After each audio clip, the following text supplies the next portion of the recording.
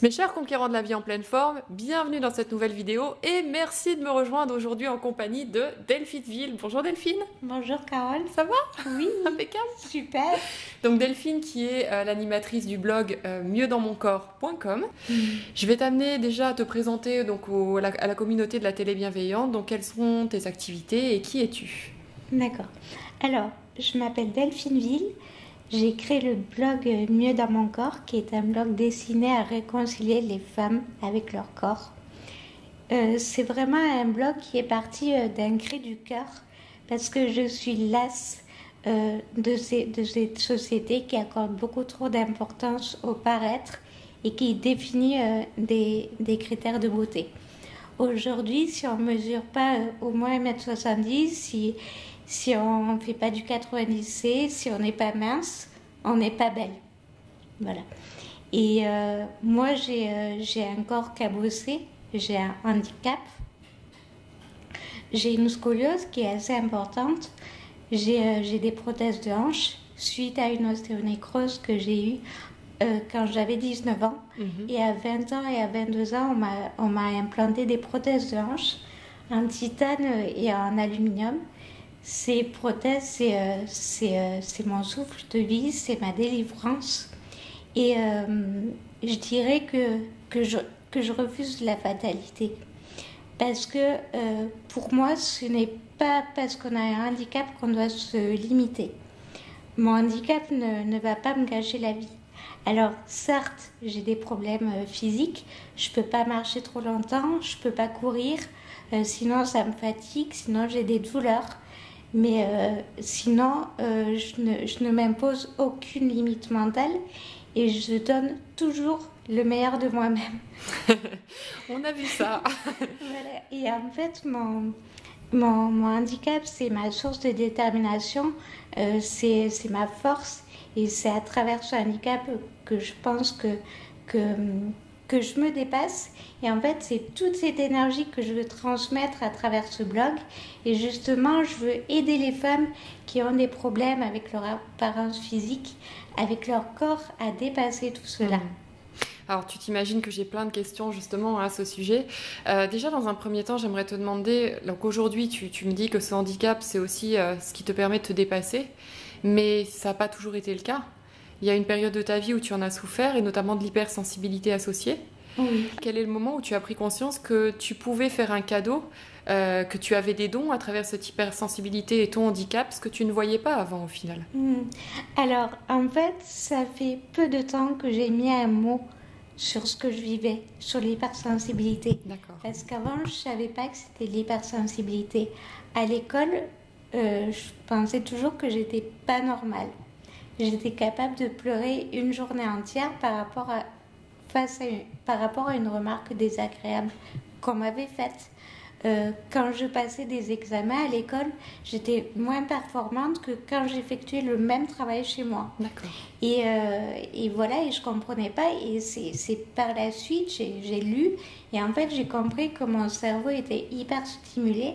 C'est-à-dire qu'en période de gros stress, je perds tous mes moyens. Quand on est hypersensible, on est aussi empathe, c'est-à-dire qu'on a la capacité de ressentir la souffrance des autres au fond de soi. Et ça me perturbait.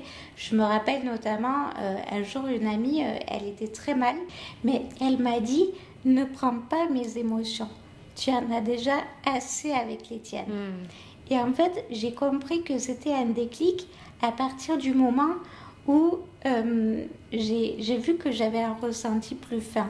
C'est-à-dire que quand j'entre dans une pièce, je sens instinctivement, automatiquement l'ambiance qui règne. Et quand je suis face à une personne, je capte très vite sa personnalité, son humeur, son énergie. Ok. Bon, je pense que le corps et l'esprit sont liés. C'est-à-dire que une de mes hanches va m'envoyer un petit pic. Et bon, sur le coup, ça fait pas plaisir, ça fait mal, mais en fait, ça me permet de travailler sur moi. Et aussi, je me rends compte que c'est un atout dans le sens où j'écoute beaucoup plus ma petite voix intérieure. Et qu'est-ce que tu conseillerais à peut-être une femme qui nous regarde ou une adolescente qui souffre de son hypersensibilité? Alors, déjà, je lui dirais qu'il ne faut pas qu'elle en ait peur, que ce n'est pas une maladie. Je la rassurerais. Et aussi, je lui dirais qu'il faut qu'elle soit à l'écoute de ses émotions et qu'il ne faut surtout pas qu'elle les refoule, qu'elle les rejette. Parce que le fait de rejeter ses émotions, ça a un impact sur le corps. Comme je l'ai dit, pour moi, le corps et l'esprit sont liés. Après, je lui dirais d'accueillir cette émotion, qu'elle soit positive ou négative. Par exemple, si on a de la colère, de la tristesse, de la honte, l'accueillir sans se juger. C'est normal, ça fait partie de l'être humain. D'accord. Mais aussi, on a tous des émotions positives comme la joie, la gratitude, l'émerveillement. Et on a tous ces deux polarités en nous, l'ombre et la lumière. Donc voilà, c'est bien de les reconnaître. Donc j'accueille, d'accord, j'accepte. D'accord. Et après, j'ai de la gratitude pour cette émotion qui va me permettre de travailler sur moi et donc de m'améliorer. D'accord. Et ma question, elle est peut-être subtile, mais comment tu passes de cette phase où donc tu accueilles? Parce que j'accepte, je me dis, imaginons, je gère ma colère. Donc je l'accueille, je reconnais qu'elle est là.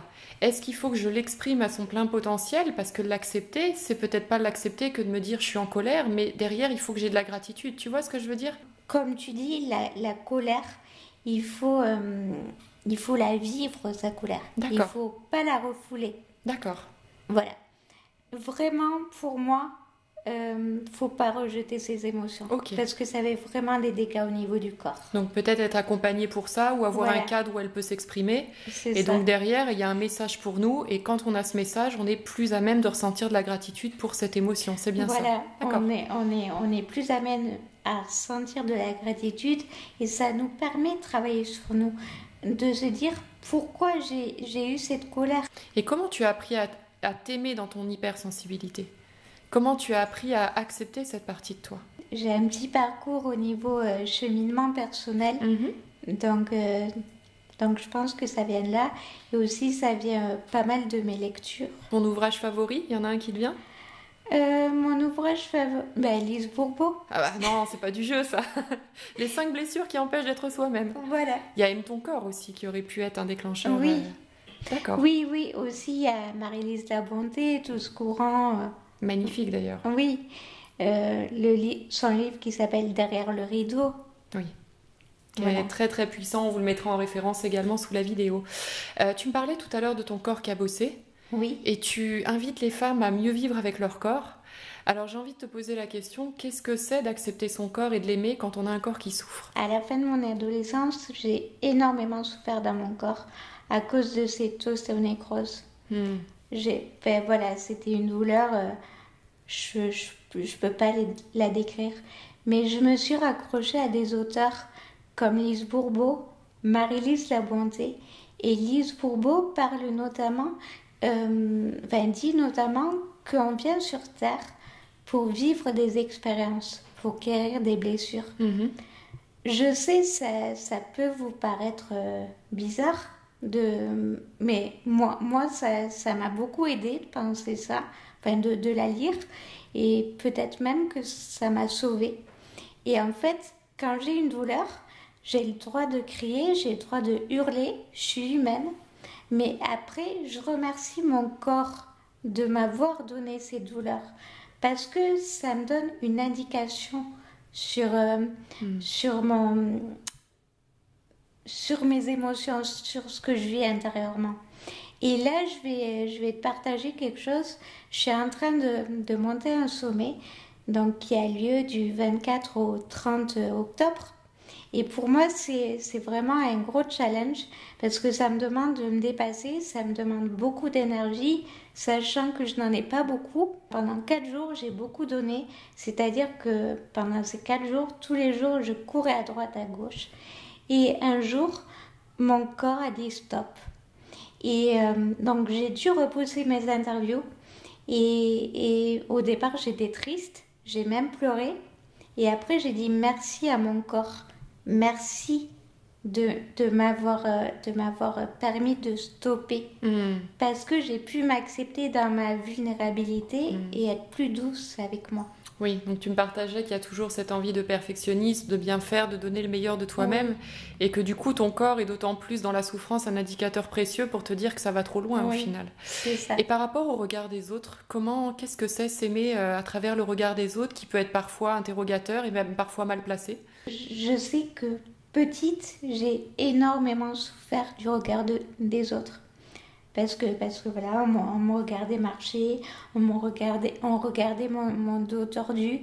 Et voilà, et forcément, j'ai été l'objet de moqueries à l'école.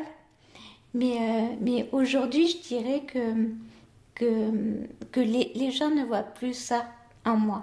Les gens, ils voient d'abord la personne que je suis, c'est-à-dire une personne déterminée, qui en veut. Et en fait, je pense que quand tu es bien en toi, quand tu rayonnes, les gens ils font abstraction de ça. Et quand tu te fous, entre guillemets, de ce qui ne te convient pas, les gens ne voient plus ça. Ils voient ce que tu es à l'intérieur de toi et ils voient ton rayonnement. Est-ce que c'est pas aussi le fait de soi se voir autrement dans un premier temps qui fait que le regard des autres change? Si, c'est-à-dire qu'à partir du moment où on change soi-même, l'autre change. Quand tu dis j'ai de la cellulite ou une poitrine et que j'arrive, je m'en fous, est-ce que c'est vraiment s'en foutre au final? Parce que à mon sens, c'est difficile quand tu aimes pas une partie de ton corps. En fait, le dilemme des femmes que j'accompagne, il est là. C'est qu'elles se disent, ok, j'ai cette partie de mon corps que j'aime pas, et puis on me dit de voir que j'ai mes yeux, j'ai mes oreilles, oui, bah, j'ai tout ça, mais j'ai quand même cette partie de moi que j'aime pas. Alors, j'arrive pas pour autant à l'oublier, j'arrive pas à faire comme si elle n'existait pas. Qu'est-ce que c'est pour toi, se foutre de cette partie peut-être qui est moins appréciable ou qu'on aime moins chez soi? Qu'est-ce que ça veut dire exactement? En fait, c'est-à-dire l'accepter. Moi, par exemple, mon dos n'est pas parfait, j'ai une scoliose, mais je l'accepte. Bon, ça a été un gros travail, mais je l'accepte. Et je peux te dire qu'au début, je pouvais pas me regarder dans la glace, toute nue, parce que voilà, c'était trop horrible, je pouvais pas me voir. Comment tu as traversé ça? En fait, c'était un été, j'étais chez une amie et il y avait un grand miroir dans son bureau et elle m'a obligée, bon gentiment, je vous rassure, à me mettre devant ce miroir et à me regarder et à bouger mon corps. Et au départ, ça a été très compliqué. J'imagine. Douloureux. Et après, c'est en répétant l'exercice que j'ai appris à mieux accepter ce corps. Et aussi, j'ai appris aussi, je fais bouger mon corps. Ça, c'est très important pour apprendre à l'aimer. Et à le mettre en valeur aussi, j'imagine. Voilà. Tu es une femme assez féminine, très... Voilà. Tu prends soin de ton apparence aussi, donc je pense que c'est tout ça aussi qui t'a aidé. En fait, moi je pense que la beauté, ça passe par quatre choses. C'est-à-dire par l'apparence physique. C'est sûr que si je suis maquillée, si je suis coiffée, je vais me sentir plus confiante que quand je sors avec quand je sors pas coiffée. Ensuite, ça passe par l'alimentation, une alimentation saine. Bon, après, je te rassure, je suis normale. Je mange des chocolats, des mystères, je suis très gourmande. Sans blague. Heureusement. Heureusement.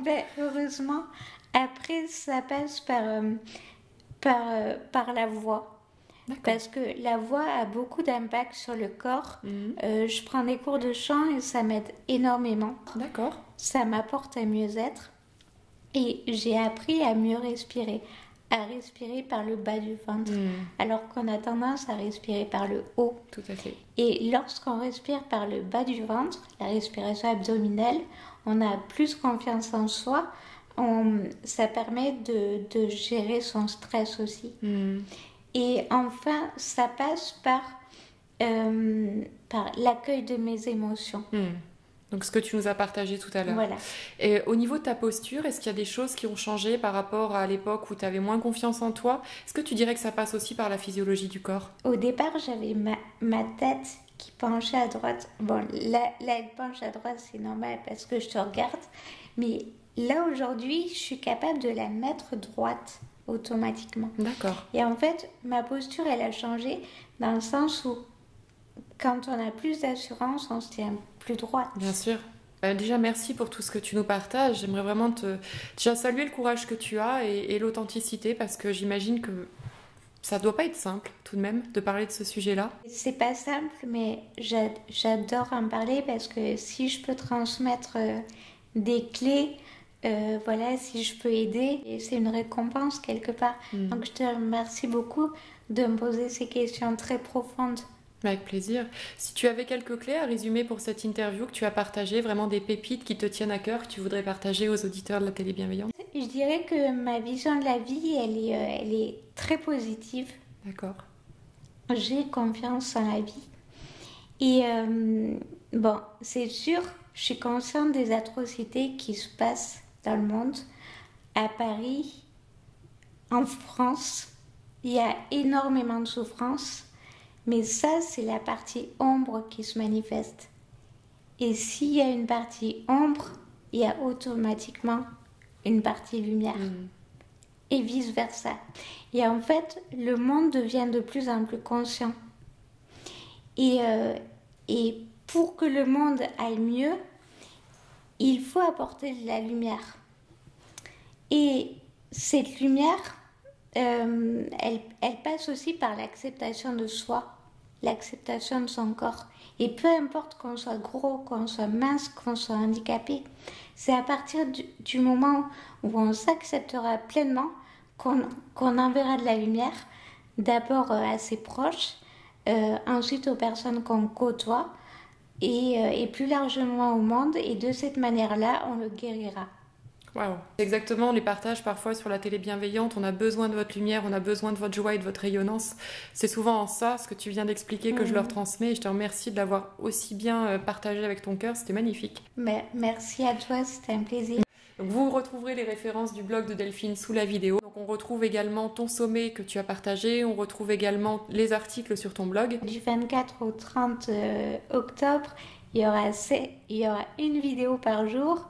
Et donc, c'est vraiment quelque chose qui me tient beaucoup à cœur. Et toutes les intervenantes que j'interviewe sont tout aussi extraordinaires les unes que les autres. Voilà, je crois que c'est tout un programme pour conclure cette interview, mes conquérants de la vie en pleine forme. On vous embrasse et on vous retrouve très prochainement pour d'autres sujets. Bye bye. Ça, c'est une bonne question que tu me poses. Je ne pose pas que des mauvaises questions, les conquérants de la vie en pleine forme. Et merci à toi Delphine pour cette interview. Merci à toi, c'était un plaisir. Mais merci à toi Delphine pour cette interview, on peut le faire pendant longtemps.